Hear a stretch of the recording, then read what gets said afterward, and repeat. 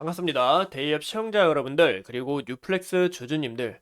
이 뉴플렉스가 재료도 정말 좋고, 또 주말에 좋은 이슈가 나왔는데요. 이 앞으로 흐름에 있어서 주주님들이 어떻게 될지 고민도 많으시고, 이 또 어떤 재료가 있는지 또 많이 애타실 거라고 생각합니다. 그래서 오늘 재료가 좋음에도 왜 실적이 좀 감소했는지, 올해 실적은 어떨지 오늘 한번 알아보고요.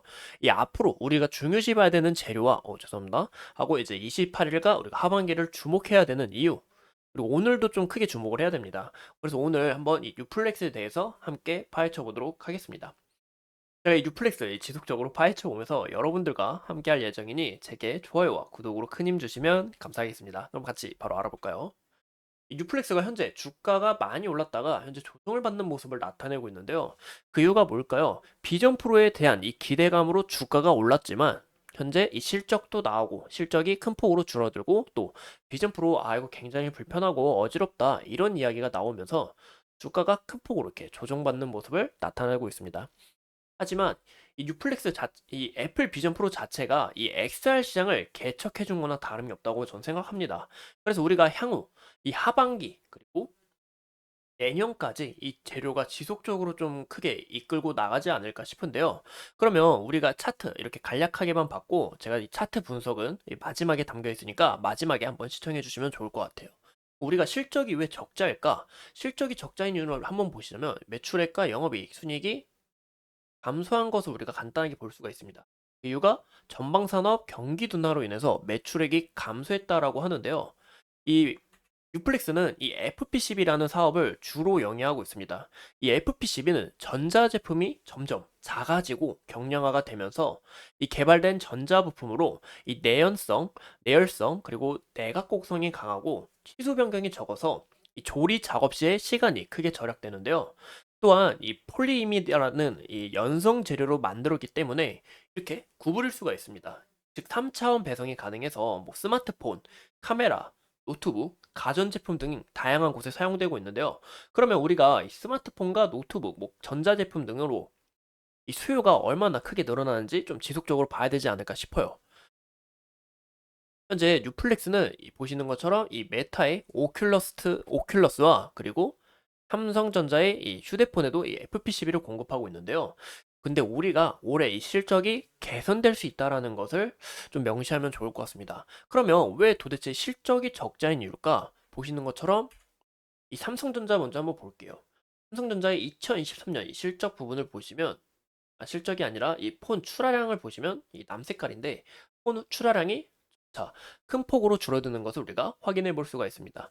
그리고 작년 같은 경우는 이 고금리가 지속되면서 사람들의 이 소비도 굉장히 크게 줄어들었는데요. 이런 부분에 있어서 이 전자제품 수요도 줄어들고 또 휴대폰의 수요도 줄어들다 보니까 이 FP11을 현재 삼성전자에 공급하고 있는 뉴플렉스는 큰 타격을 받을 수밖에 없고 또 추가적으로 이 메타에 방금 보신 것처럼 이 오큘러스 보이시죠? 이 오큘러스. 이 오큘러스에 들어가는 이 FP11을 공급합니다. 하지만 메타는 이번에 실적이 어닝 서프라이즈를 내면서 배당까지 하면서 주가가 큰 폭으로 올랐어요. 그러면 메타의 실적이 좋은데 왜 메타의 이제 FP11을 단독 공급하는 이 뉴플렉스의 실적이 좋지 않냐? 바로 이 메타캐스트 3가 출시 후에 약 100만 대가 팔렸습니다. 이 3개월 동안.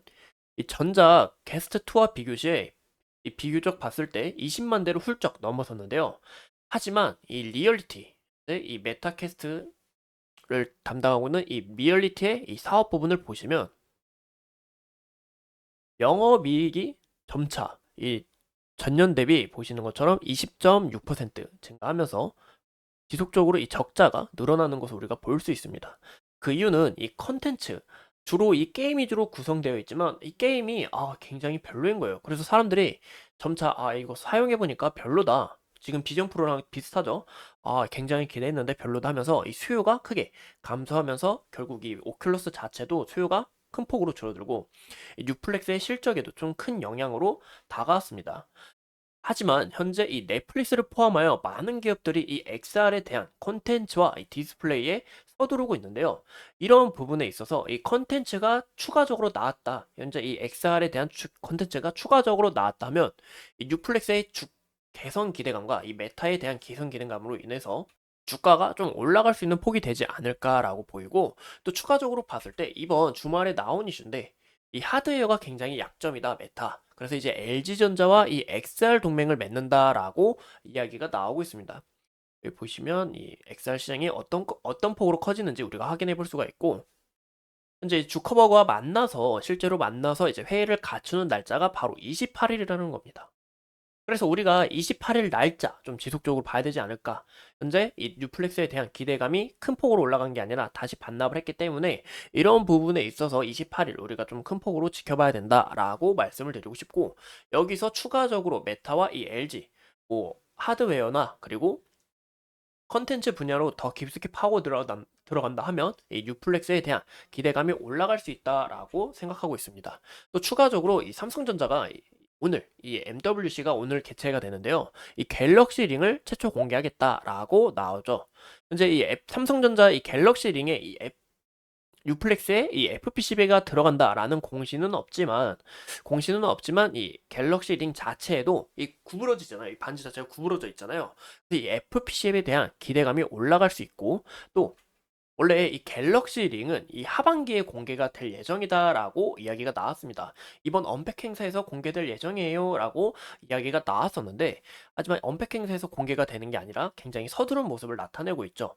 그래서 우리가 또 이 언팩 행사를 좀 중요시 봐야 되지 않을까? 왜냐? 현재 새로운 신제품, 그리고 뭐 가전제품, 새로운 폴더폰, 이런 부분에 있어서 이 뉴플렉스가 삼성전자에 FPCB를 공급하고 있는 만큼 이 기대감으로 인해 또 이 실적 개선으로 인해 주가가 올라갈 수 있다라는 것을 우리가 참고하시면 좋을 것 같습니다.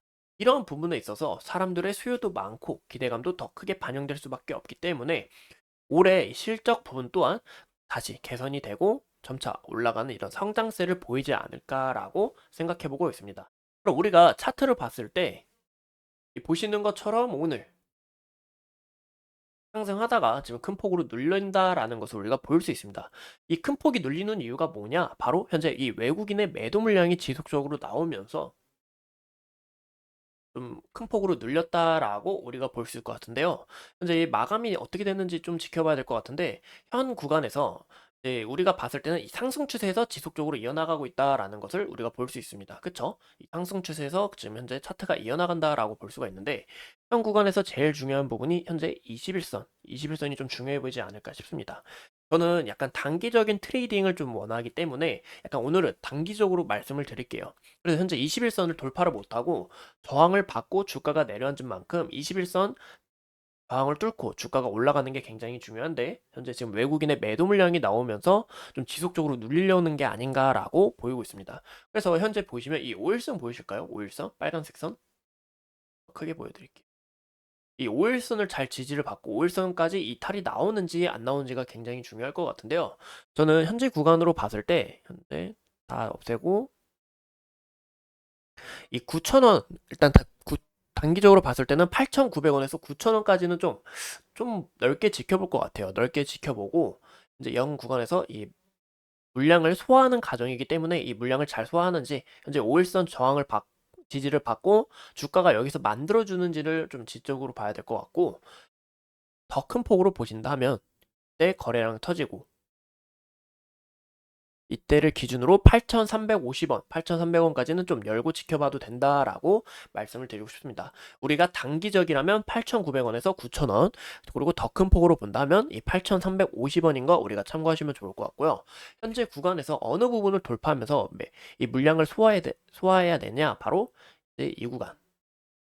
만 원이 이제 심리적인 구간이잖아요. 저희가 만 원대가. 그래서 사람들의 이 매도 물량이 또 많이 나올 수 있다는 것을 참고하시면 좋을 것 같아요. 그래서 이 만 원대의 물량을 잘 소화하면서 이 구간을 잘 돌파하는 과정이 중요하고, 만약에 만 원을 돌파한다 하면 이 만 원 부분을 우리가 다시 지지 라인으로 잡고 현재 이 11,000원, 1,800원과 11,000원 이 부분의 매물대만 잘 소화해낸다면 현재 물량이 소화되면서 이쪽의 매물대는 얇기 때문에, 이쪽 매물대가 더 두텁기 때문에 이쪽만 잘 돌파하면 된다라고 해석해 볼 수가 있을 것 같습니다.